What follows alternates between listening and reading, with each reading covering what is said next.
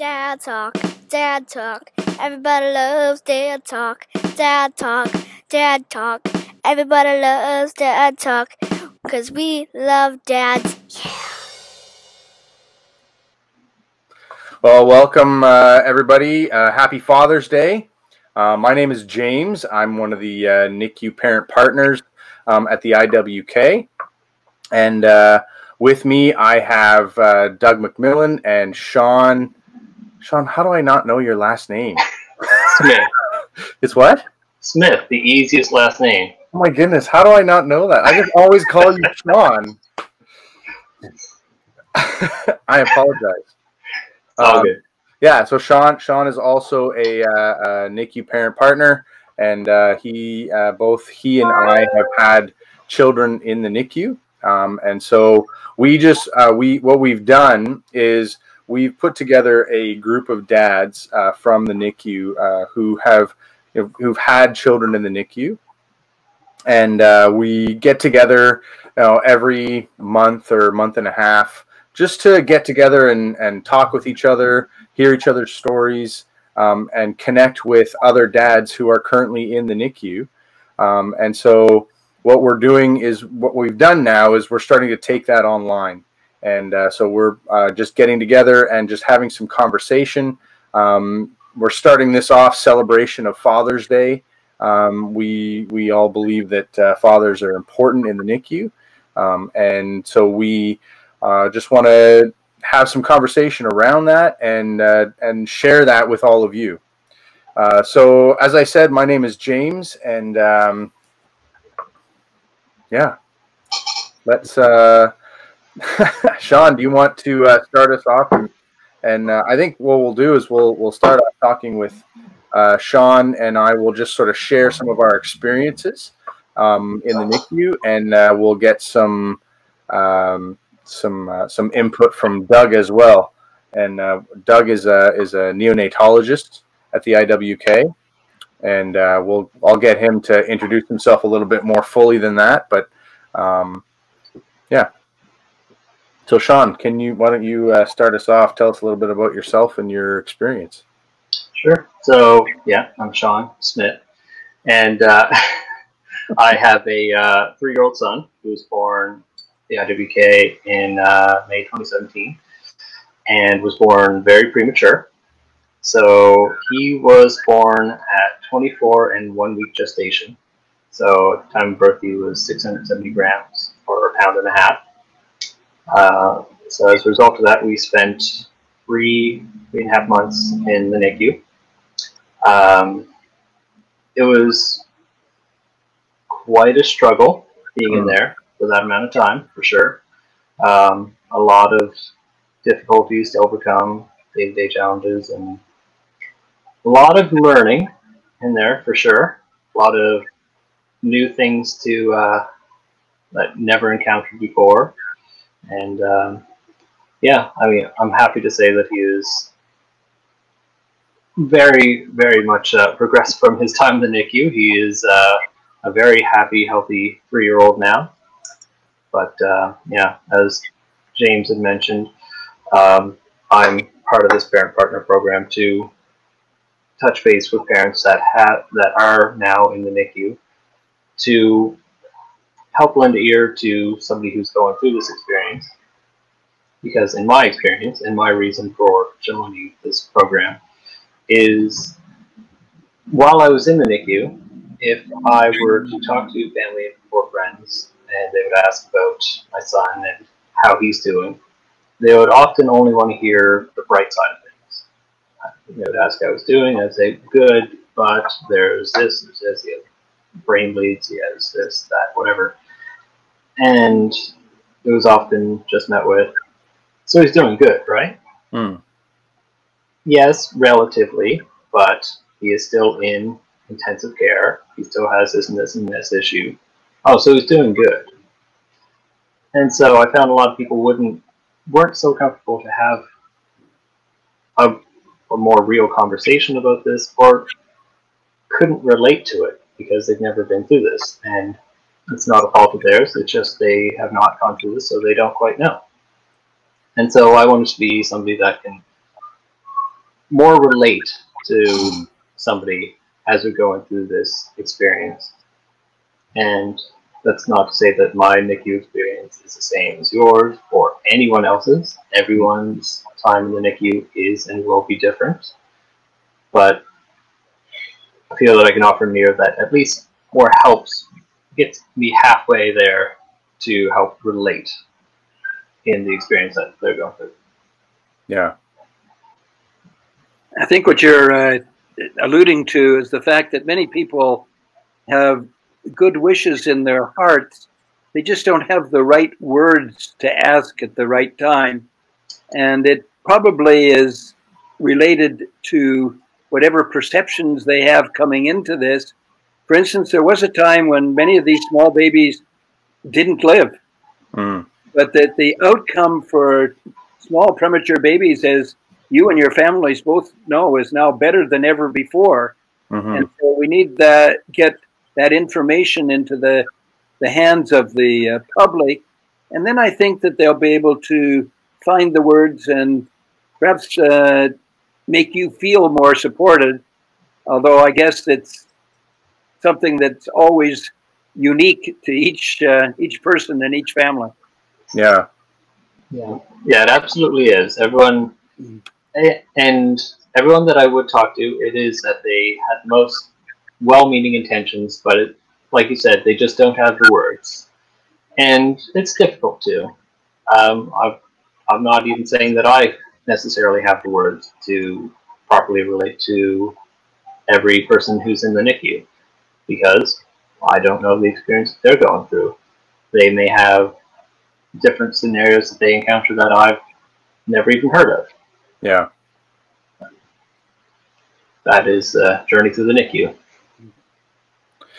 Yeah, I think you know, I agree with you. I think everybody has a different experience. I mean, even looking at our two experiences, you know, just in getting to know you, Sean, I've gotten to know, like, you know, I've appreciated you know, some of the stuff that you've had to go through that I just didn't have to go through in my experience, and I'm sure it's vice versa. Oh, absolutely. Yeah, and I mean, so for me, I had our daughter Tessa was born in the NICU at 28 weeks, and so we were in for I don't. They always say it in days. I always think of it in months for some reason. But we were in for about 3 months in the NICU, and it's funny. It's funny how we say it in days. We always say it in days. I don't know why. I don't know why do we do that, Doug? Why do we say it in days versus months? Well, you probably pick up some of the lingo that gets used in the NICU. Yeah, maybe that's certainly on there, and where we talk in days. We might talk about weeks gestation in days, but we wouldn't be rounding it off to the month. You might also appreciate that there's a lot of other things that might influence you. You probably noticed that very often people talk in 3-letter acronyms like PDA and that. So I often tell people, moms and dads, if you hear me talking in code, ask me what the code means. Yeah. On there. And it's just one of the things that is we're learning to communicate, you know, much better. Right. It certainly took some time to learn the lingo. There's a lot of new lingo. Yeah. So I thought I should also mention, you know, when I was born 70 plus years ago, fortunately I was born on time, but my mother was still in the hospital for 5 days. But she didn't have me with her. They only brought me out when it was feeding time. Oh, wow. And my dad was only allowed to visit during visiting hours. Well, when our son was born now over 45 years ago, things had changed a bit in there. But I can remember being in the delivery room with him. And as soon as he was born and stabilized, they whisked him out to be weighed and that. And of course, I was the excited new father. I went with him. Yeah. My poor wife, you know, she'd carried this child for 9 months. Suddenly both her baby and her husband are gone. Well, we learned a little bit before our daughter came along subsequently. And when they wanted to take her out of the room to get her weighed and get her shot of vitamin K and get her eyes treated and that, I said, no, we're just going to leave her in here for a while. But that was so strange at the time. The pediatrician had heard that she was born and he couldn't find her. And he even checked the morgue before he checked to see whether or not the baby was still with us. Oh, no. And so that is the way things used to be. My dad, he never changed a diaper for myself or my brother. The first diaper he changed were his grandsons. So those are the days then when people were excluded on there, often mothers as well as the fathers. But I think that both of you have seen considerable changes. Maybe we don't do enough now, but I think the philosophy is that we really want parents to be involved with their children. And of course, as a grandparent myself, I'll make the plea for the grandparents a little bit later. Yeah, well, I think we'll, one of the things we're wanting to do with these talks, these dad talks, is I think our plan with it is to do more of them. This isn't going to be the only one. We're looking at doing this on a semi-regular basis. And so I think, that's probably a good topic for us to kind of dig deeper into at some point, is grandparents in the NICU. I've got some stories of my own about that, but good stories. So, Sean, what were some of your biggest concerns as a father when you and your family, I guess, were in the nursery? When my family was in the nursery? No, when your son was in the NICU. But it really means that everyone is there. When you've got a child there, it's everyone is there, I think. Yeah. Very often. Well, initially, it was a very bumpy start, for sure. My wife was first in the hospital for 6 days, and we were told regularly that this baby's just going to come right out. Don't cough, don't sneeze, baby will just fly right out of you, which turned out to not be the case. He turned sideways, presented his shoulder, wouldn't come out, had to do emergency C-section, which meant I wasn't able to be there for the delivery, unfortunately. So very immediately I was, and for good reason, kicked out and excluded. So my most immediate concerns were, one, what just happened? Is my child going to make it? And what just happened to my wife? Is my wife okay? Those are my most immediate concerns. After my wife recovered, she was in the hospital for another 6 days to recover from the C-section in the 6 previous days. Concerns are more learning what is going on, learning some of the terms like you mentioned, and what to expect, what the next few days, weeks, months would look like. So for me, I tried to learn as much as I can while I was in there. There was a NICU library at the time. I'm not sure if it's still there. And there was a textbook that they let me read. And so I was able to learn some of the terms as rounds came through, and they'd say, oh, there's a PDA, or there's a this, that. And I'd say, oh, hold on a second, let me just check my book and figure out what's going on. There was a lot of concerns. I can't remember them all. But the biggest one was just, I suppose, after we get out of the NICU, is my child going to develop normally? Will my child be healthy going forward?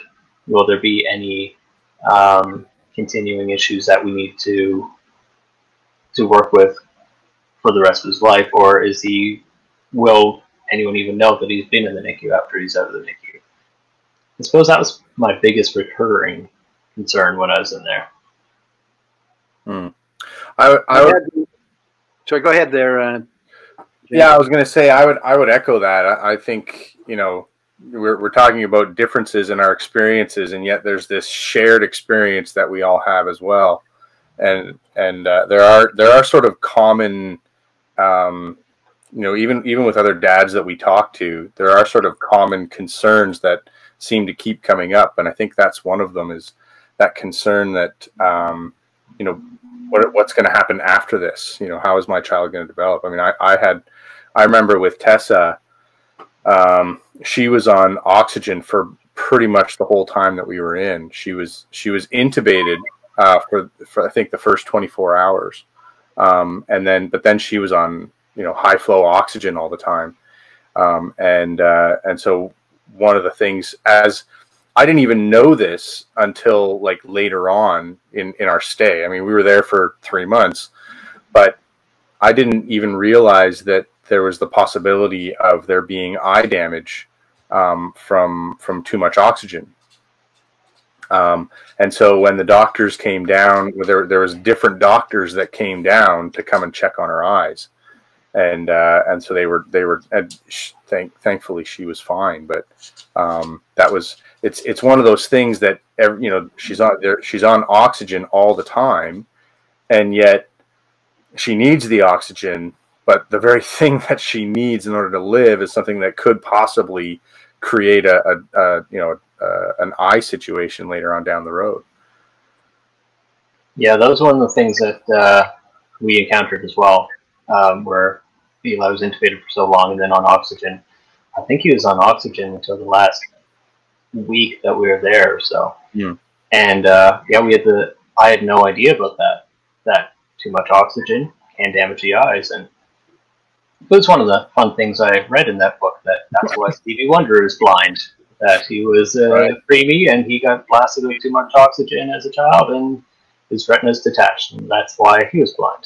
Right. I thought, well, that's a fun fact to learn from the NICU. But yeah, I thought it was so weird that he had to come down with the giant, it looked like a Canon kind of scope and camera that they had to use directly on the eyeball to regularly check his eyes. They have those huge forceps pincher type things to keep the eyes open, which it looks like this torture device. Doug, can we do anything about that? Yeah, I'm just kidding.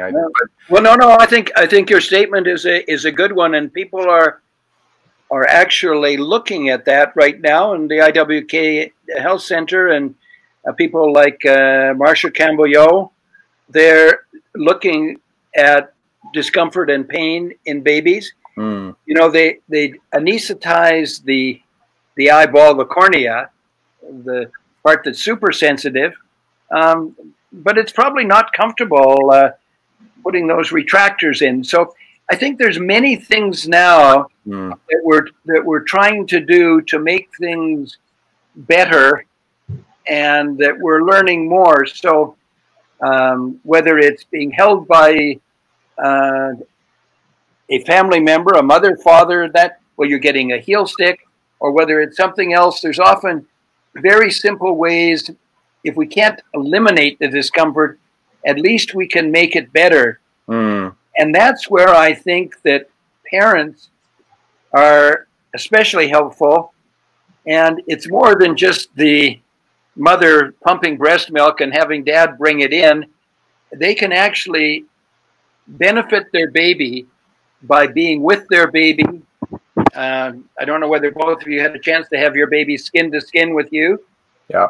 On there, there's evidence that that's helpful for the long-term development, and also simple things like just talking to your baby or reading your baby a story, even though they can't tell you when to turn the page, and that it has some long-term benefits. The skin to skin actually kind of blew me away when we were in there. As I was reading about it, the person was saying how it can help regulate their heart rate, their temperature, and everything, and their breathing. Can't really have that much of an effect, but I was really surprised. Like, I would take him out of the incubator, hold on to him, or my wife would hold on to her son, and you could just see the breathing, the heart rate, and everything just settle and calm right down. And like his oxygen needs would be bouncing up and down. But then we take him out and we hold him, and then it just settles right down, and it blew me away. It really does have a big impact. Yeah. Yeah, we noticed that with Tessa as well. That was a big thing. When we were when we had Tessa, they asked us if we wanted to be part of a study. We were actually part of a study. They were wanting to see what the effects of having parents sort of consistently in the NICU was like. And so we were I think we were, Doug, I think we were the first. You were the first family in Halifax. In Halifax. And so I remember thinking, oh, we're going to be in a study. But one of the things that they wanted us to do was to make sure that there was one of us at least with her 8 hours a day. We had to commit to being there for 8 hours a day and to do as much skin to skin as possible. And that was a big thing. I mean, we had no problem doing skin to skin because you just sit there and cuddle with your child. It was amazing. But yeah, seeing some of the benefits of that was, she would, especially when she went on Leah, Tessa would just settle right down, because we were always, and maybe this is actually, a good time just to talk a little bit about those monitors. The monitors that you seem to live by the entire time you're in there, where your baby's hooked up to these monitors that are beeping all the time, and you get to know what all the lines mean and all the numbers mean and everything, but you're constantly glued to that thing, and it becomes almost your lifeline as well, because you start looking at it as that's what's telling you what's going on with your child. And I remember when we were getting ready to leave, like, Tessa was on oxygen pretty much until, like, I think she was only off oxygen for like the day before we left. She had to be able to go for a certain, like, I think it was 24 hours they wanted her to go without needing oxygen. So where she wasn't, desatting down, and to sleep through an entire night. And that was the prerequisite. Otherwise, we were going to have to bring oxygen with us.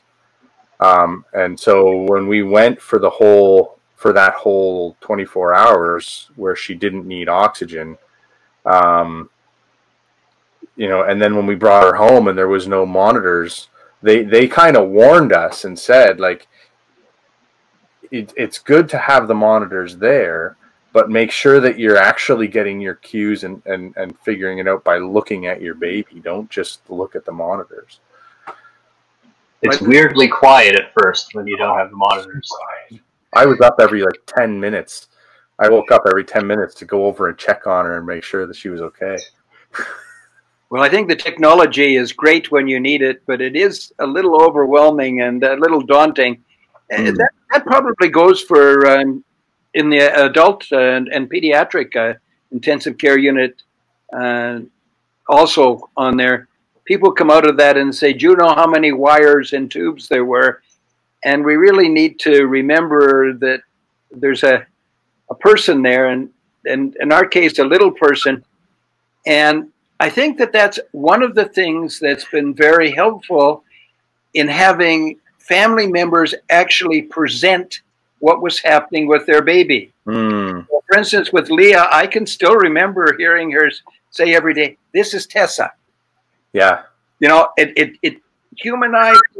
It's not that we don't realize it, but it's always helpful to have that reminder. And she could tell us what was going on from the point of view of the parents.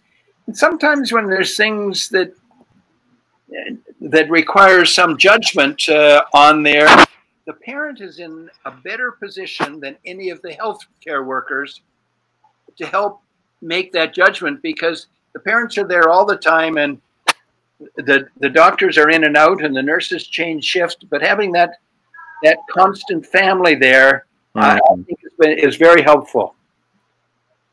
Yeah, we had cases where we had to speak up and, well, advocate for your baby. Another one of the things we learned while we were in there. Yeah.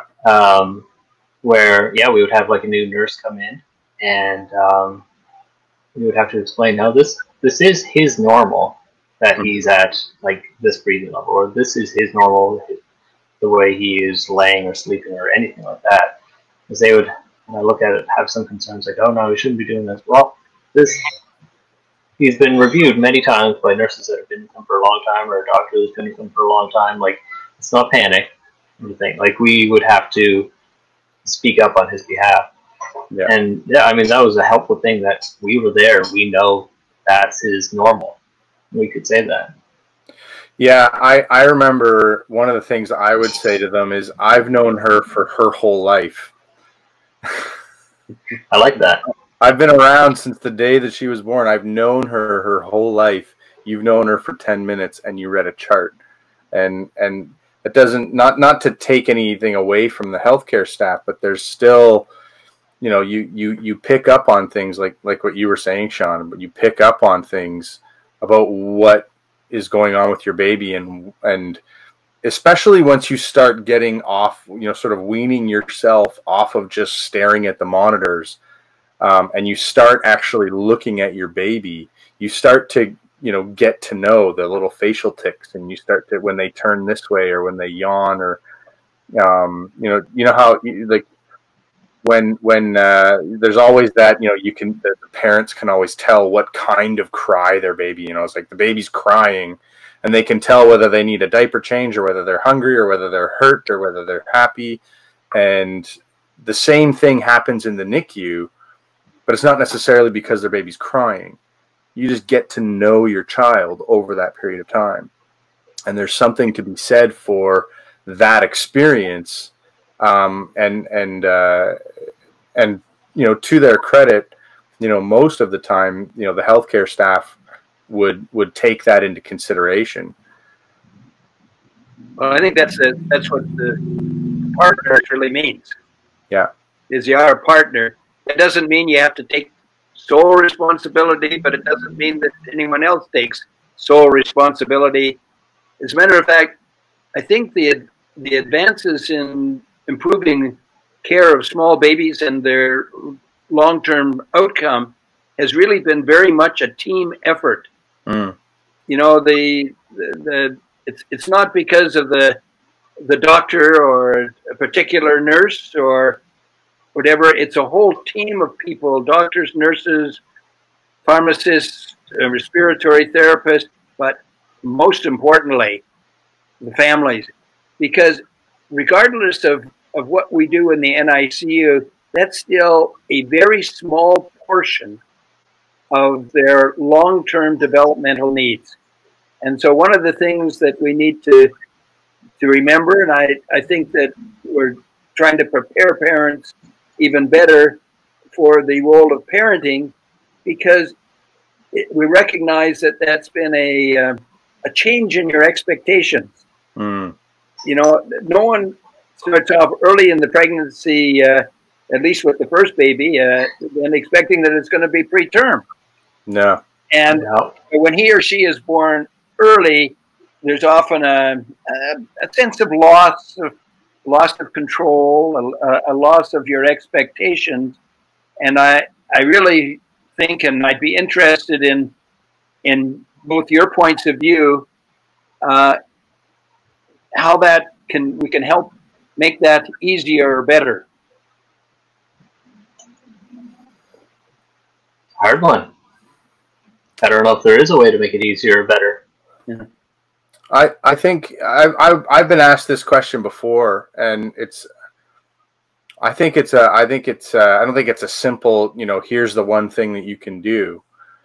But I think, you know, to your point, Doug, you know, I'm always the parent, right? That even though my child is in the NICU, and that was something that when you're in that environment, the NICU is an abnormal environment to be in. It's your whole world is upside down. There's no windows in there, right? You're in this little strange world with all of these people who have all of this information, and it's helpful information for the most part, but there's all of this information, and you can start if you don't remember that you are the parent and that there's a responsibility that you have, it can be easy to be almost swept away by all of that, or intimidated by all of the information and all of the technology and all of the stuff that's going on in the NICU. And I think from a parent's perspective, for me anyway, and Sean, you may have some things to say about this as well, but for me, it was remembering that I'm still the parent, and this is still my child, and I'm still responsible to advocate for them and to speak up for them because they can't do it for themselves. And it almost didn't really hit me until after we got home, but I'm still the parent when we go home. And so it's not like I become a parent once I take the baby home.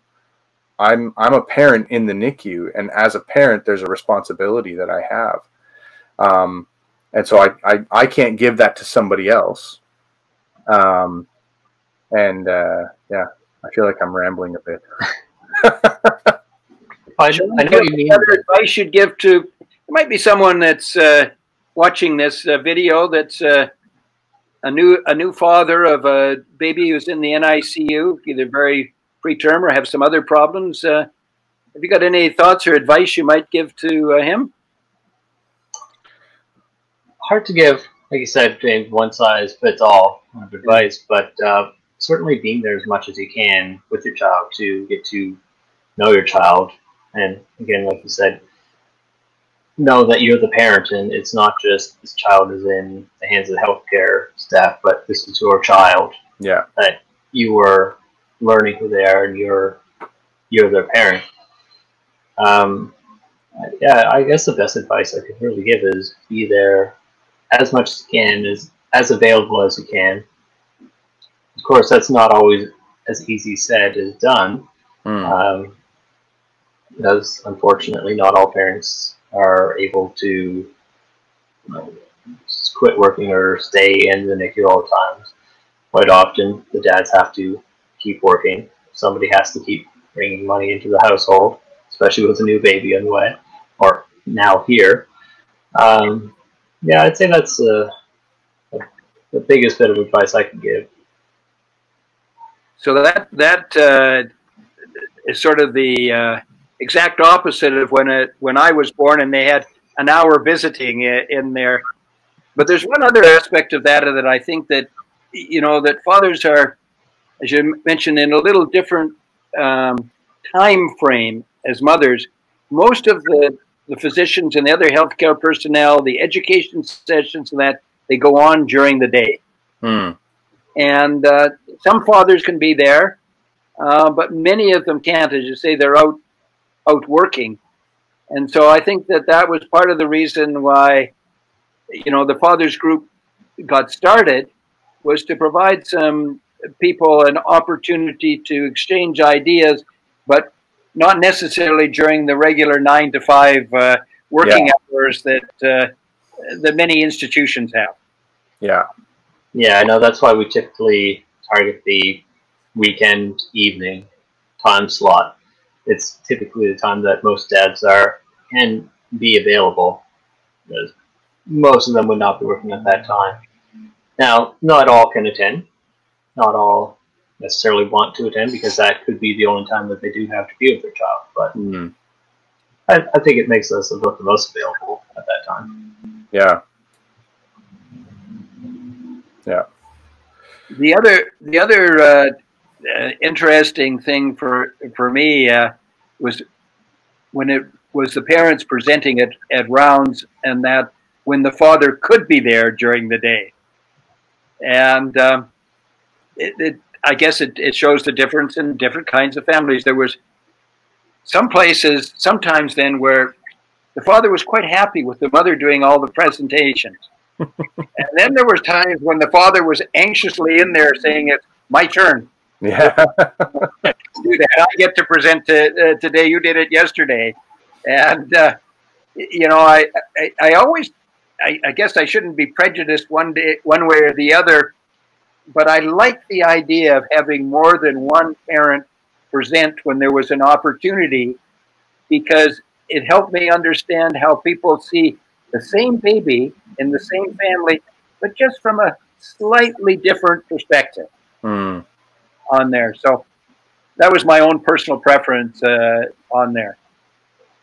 Yeah, I admit I had to be coaxed into it at first. My wife quickly jumped into presenting at rounds.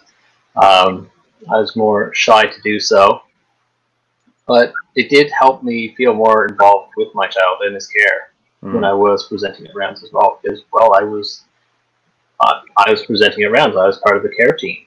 Mm. I was part of that conversation to determine what the day's plan was with my child. If we're going to be running these tests on this day, if today is going to be a day that we're going to try to let him rest. And I was shy at first, but I'm glad I did it. It was very helpful to be in REMS. I think I only presented at rounds maybe once or twice in the entire time that we were there, and I think part of that was because usually I was at work during rounds. Although I would try and, there were times where I was able to be there, but for Leah,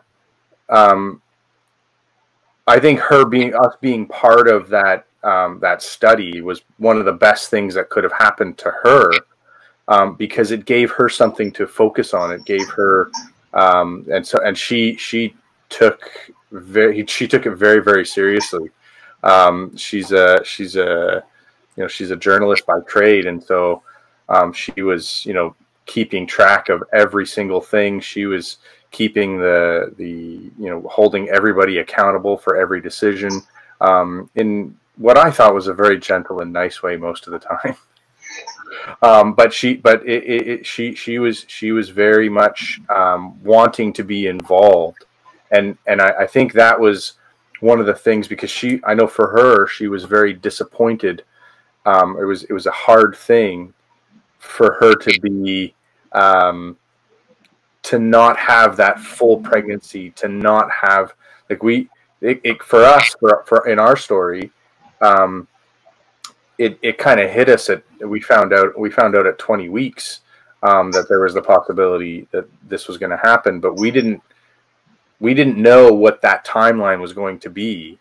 Even though she started on bed rest at 20 weeks, we still had no idea what the timeline was at the time as to when the baby was going to be born.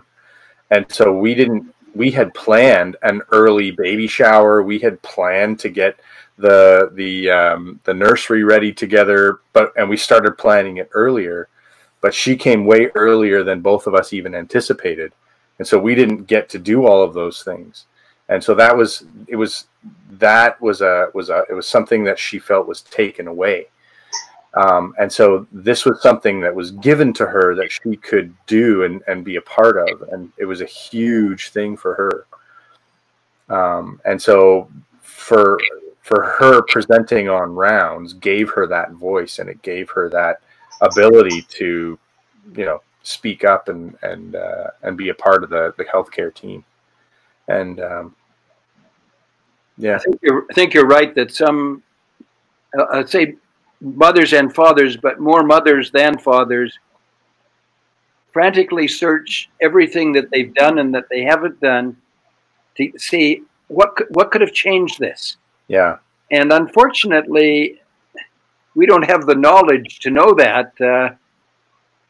Some of these things are ordained by God, or at least for reasons that we don't really know. Mm. But I do know that some fathers also had some difficulties in that, they're not only worried about their baby. Of course, you're worried about your wife and how she's doing with all of this. And it's not that both parents don't care and that, but it used to be that at least the mother could give breast milk and that, but the fathers were so excluded they felt like they couldn't do anything. Mm. And now getting the fathers in and that, I think, has helped the family dynamics as well as helping the baby. Yeah, I think too.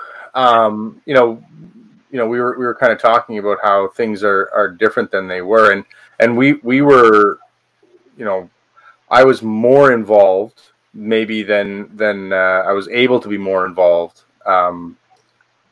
But at the same time, and I know that, you know, on dads nights when we've talked with dads before, I mean, this was 7 years ago that this happened. So even in the last 7 years, I think there's been a lot of change, particularly around fathers in the NICU, dads in the NICU, because even when I was in there, often it felt very, you know, very much like I was invisible, right? The nurses would come in and they would all, even during rounds, this is another thing, during rounds, they would all look at Leah and the baby, and I wasn't even acknowledged. It was like I wasn't even there.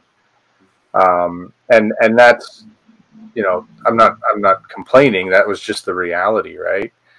But the thing is that I wanted to be in there. I wanted to be part of what was going on, and I wanted to be recognized as the dad and as somebody who had something to say about it.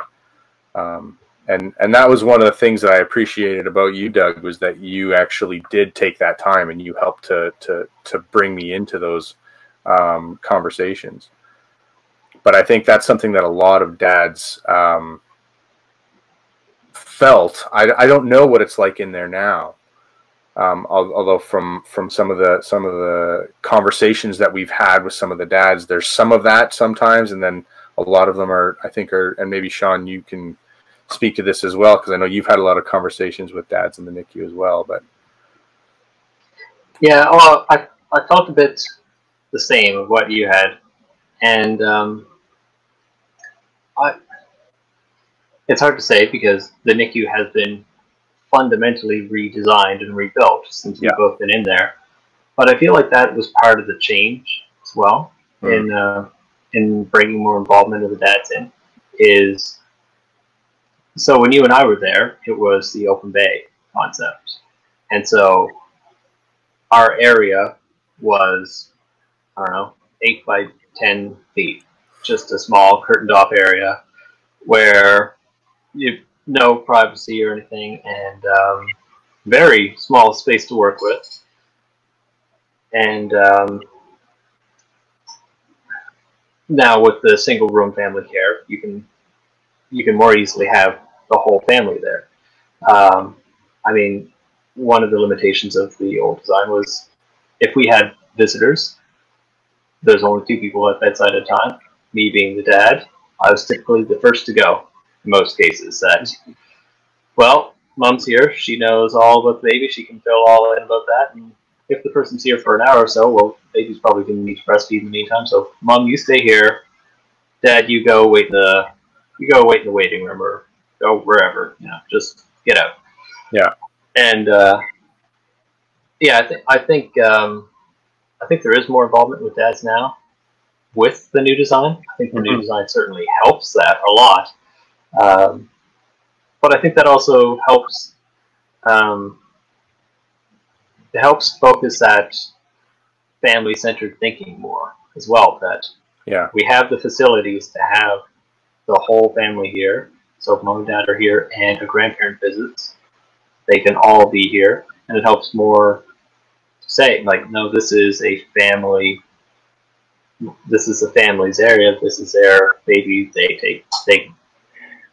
I'm kind of rambling. I'm not quite sure how to word my point, but well, for anyone who doesn't know, the IWK Health Center has been redone to single room care. Although there's some of the rooms will take twins and one will take triplets, but they're designed so that the mother and the father can sleep in the same room, but cordoned off by sort of a door that pulls across on there. They've got a bathroom in there, and the idea is to really, this is sort of the baby's first bedroom, since they didn't get a chance to get that in your own home.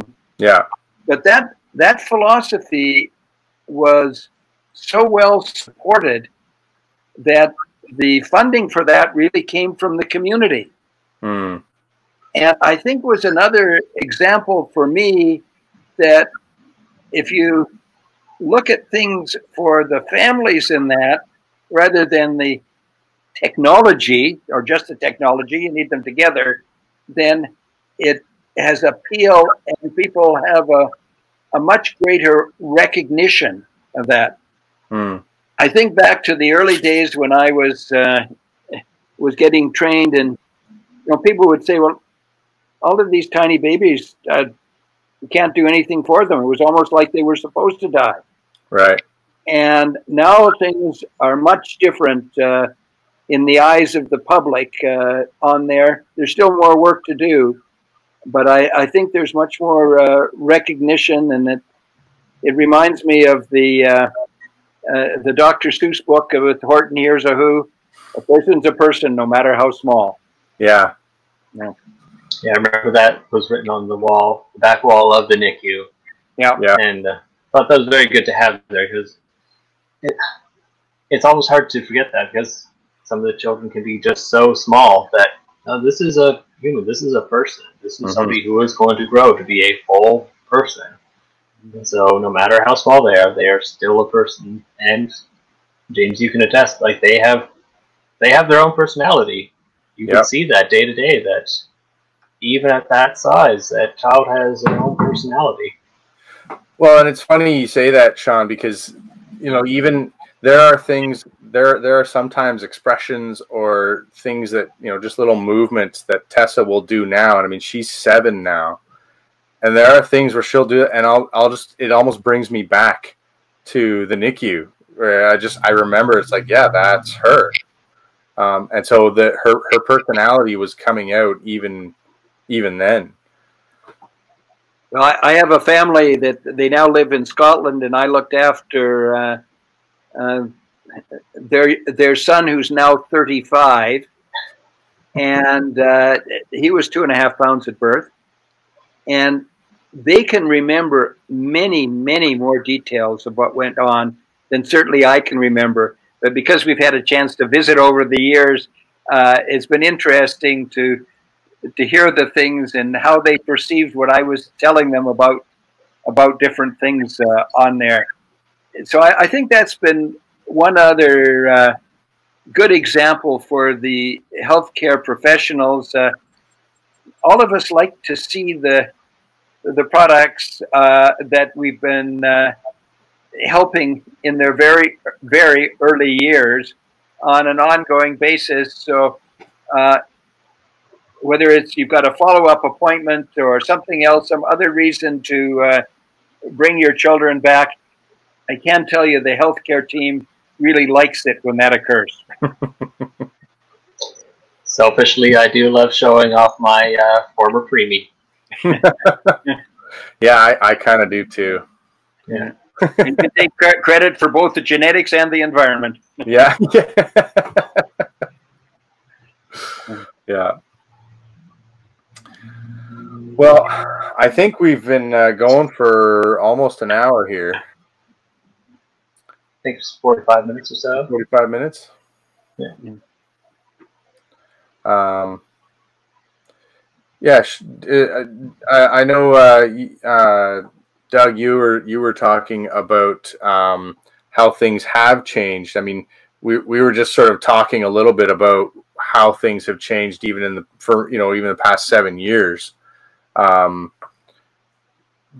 you've been doing this for a long time, and it'd be interesting to hear from you a little bit about what are some of the changes that you've seen with fathers in the NICU. I know we've talked a little bit about it, but well, I've seen even in my practice lifetime where fathers were excluded from the NICU during visiting hours, and actually the mothers were too.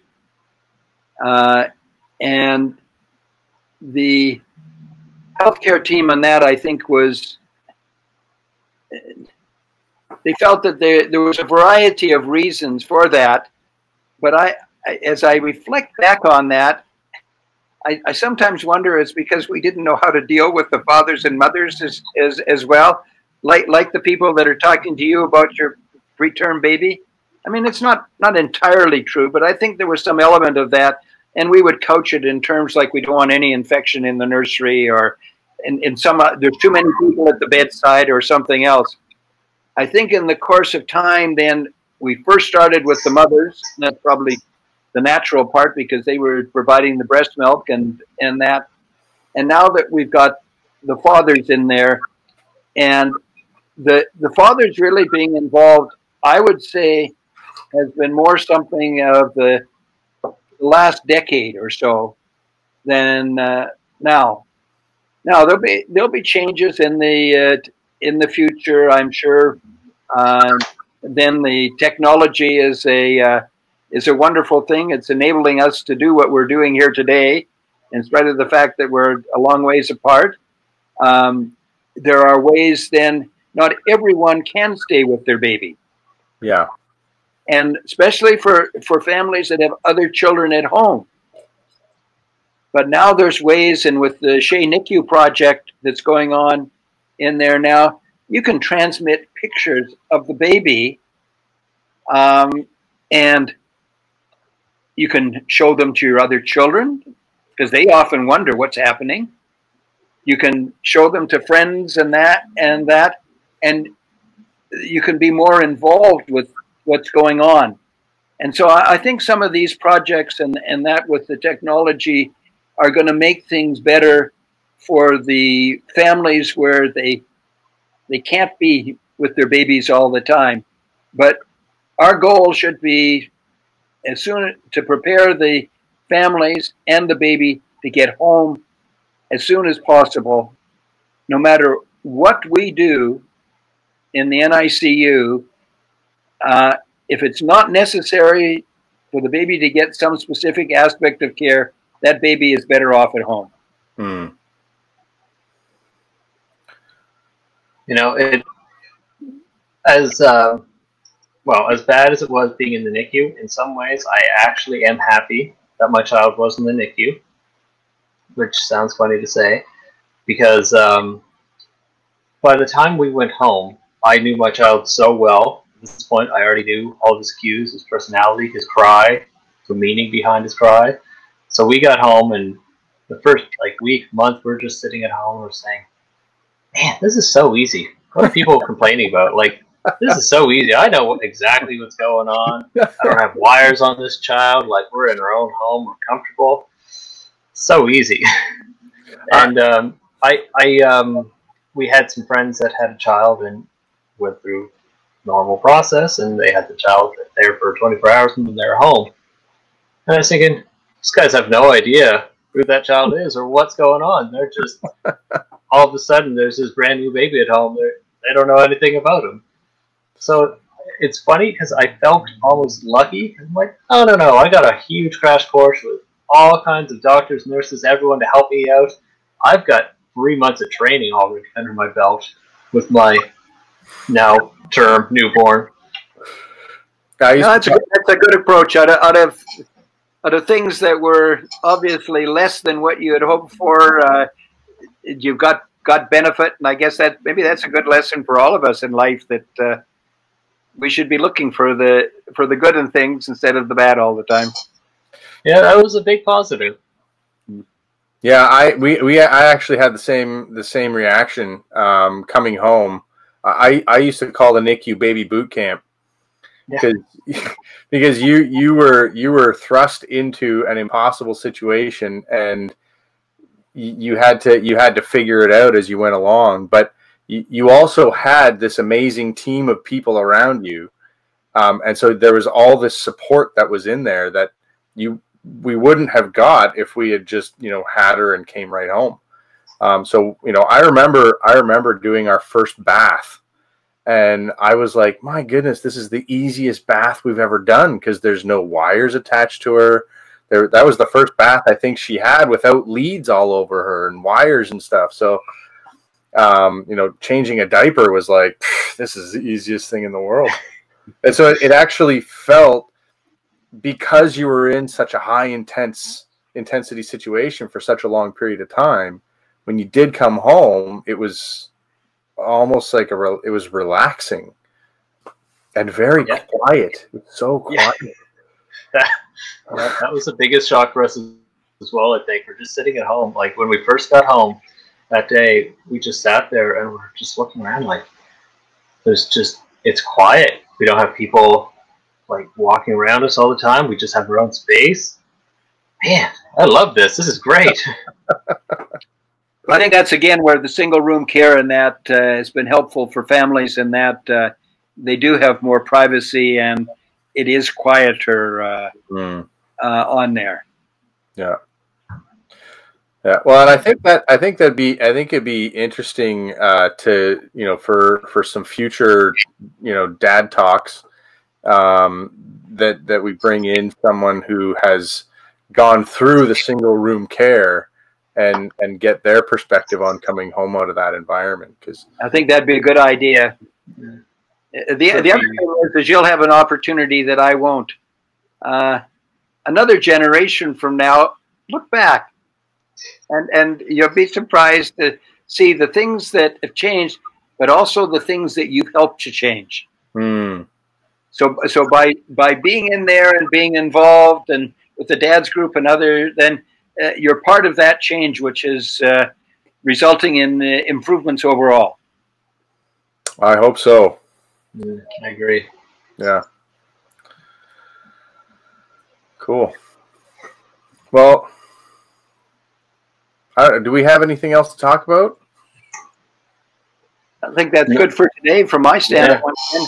I've got lots of stories, but I'll save them for some other time. Well, we're going to have you back on here, Doug, because you know, we want to get some of the other neos on here as well. But I think even out of this conversation, my head is just spinning with different things we can kind of dig into a little bit more as dads, and look at, you know, from the experience of the NICU. And all of there's so much. I mean, you know, I got 3 months of NICU material that we barely even scratched the surface on. So, and I know, Sean, you've got quite a bit as well, because it, you know, like I said, we were talking about, there's differences in our experiences, but there's also a shared experience that we have, which is what kind of brought this whole thing together. But there's a lot of other different experiences out there that I think, you know, as we kind of dig into the individual experiences that we've had, that hopefully that will help some of the other dads out there who are having their own individual experiences in the NICU. I guess the only closing comment I would make is that although this is focused on dads, this originally started out then because the dads required some special time during the day and things like that. There's certainly the mums are terribly important, and this isn't two separate groups in that. I'll bet you that each of you go home today, and as I'm going to be doing with my wife, and they'll be asking, how did it go on there? So really, we're working together. It's not like we've got two silos there, even though the focus for this may be all male.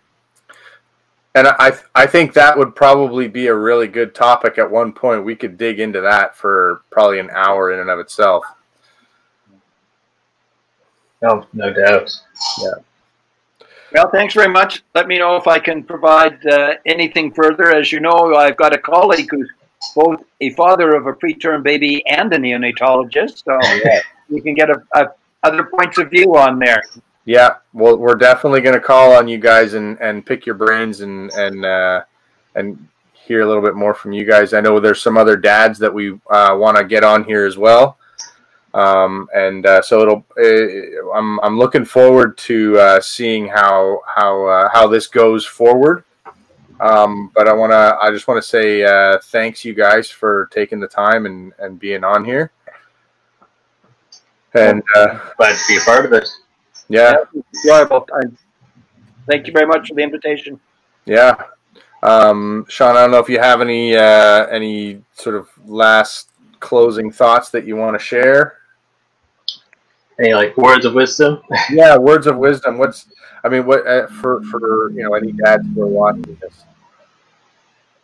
I'd say if there's one other thing I could say, it's every NICU experience is valid.